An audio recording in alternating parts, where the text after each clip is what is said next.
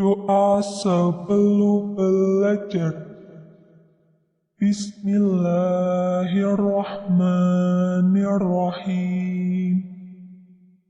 Rabbi zidni ilman warzuqni fahma.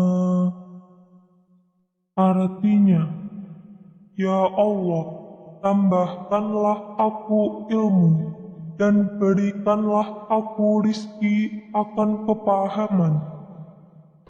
Setelah berdoa, kita langsung ke materi ya, yaitu kombinasi gerak lokomotor, lari, dan lompat. Tujuan dari pembelajaran ini yaitu menjelaskan prosedur kombinasi gerak jalan dan lari dalam bentuk permainan sederhana. Yang kedua, melakukan kombinasi gerak jalan dan lari. Yang ketiga, mempraktekkan kombinasi gerak jalan dan lari dalam permainan kuda-kudaan. Nah, sebelumnya kita ulas lagi pengertian dari gerak lokomotor. Apa itu gerak lokomotor? Gerak lokomotor adalah gerak atau kemampuan memindahkan tubuh dari satu tempat ke tempat lain atau untuk mengangkat tubuh ke atas seperti lompat dan loncat. Sedangkan lari adalah melangkahkan dengan cepat atau melangkah dengan cepat sampai terdapat gerakan di mana kedua kaki melayang sebentar di udara. Sedangkan lompat adalah mendorong tubuh dengan daya tolakan dari kaki menggunakan satu atau dua kaki. Nah, itu pengertiannya ya. Kita lanjutkan atau kita pemanasan terlebih dahulu sebelum melakukan aktivitas olahraga.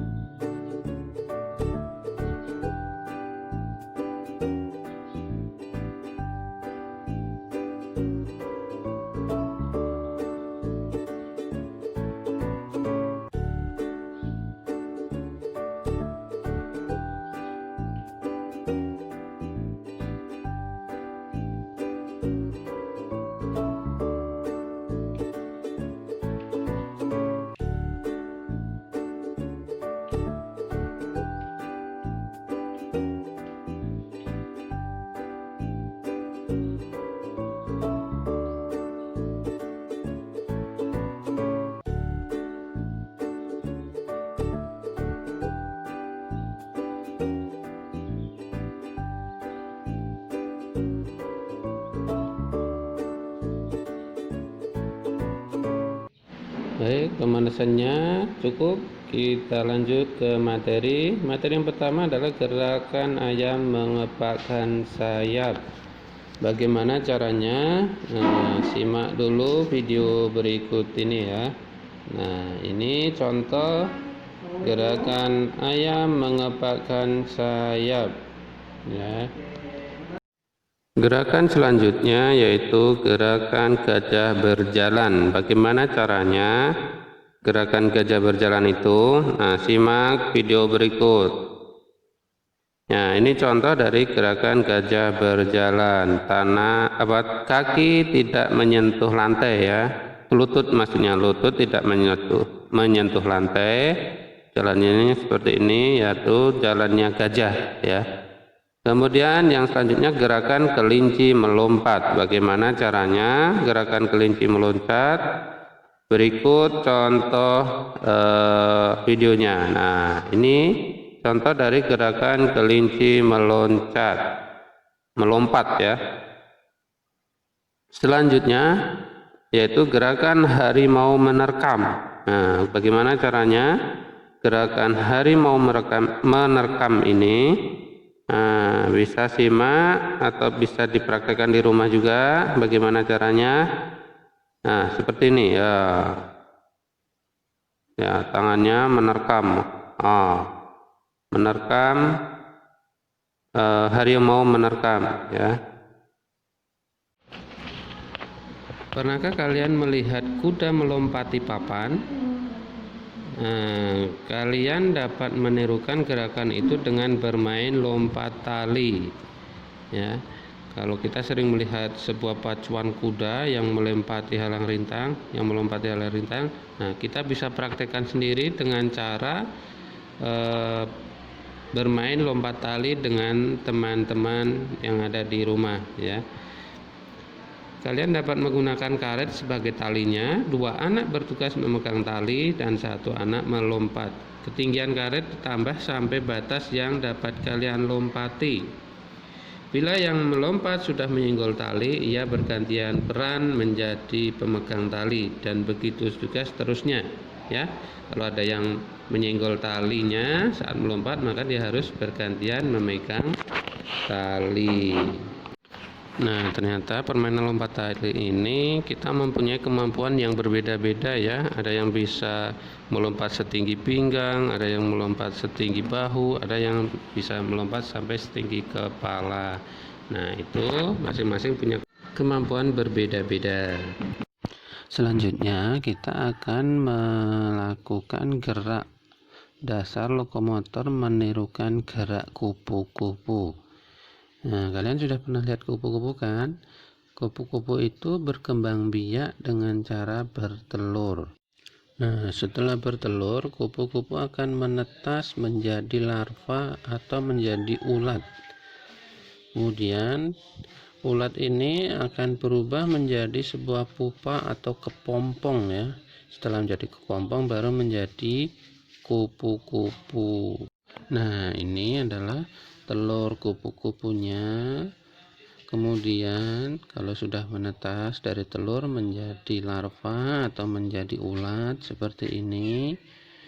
Kemudian setelah menetas menjadi ulat, akan berubah bentuk menjadi kepompong atau pupa seperti ini. Nah, setelah menjadi pupa sudah siap menjadi kupu-kupu, maka akan menetas menjadi kupu-kupu dan bisa terbang. Selanjutnya bersama teman-teman tirukan gerakan kupu-kupu sesuai tahapan tadi ya. Yang pertama, posisi tidur terlentang sambil mendekap kaki dan badan. Nah, seperti pada gambar ini ya. Tangan kita mendekap lutut ya. Ini adalah gerakan telur kupu-kupu. Yang kedua yaitu merangkak ya, posisi badan merangkak. Gerak ini bisa seperti gerak ulat ya, ulat pada kupu-kupu.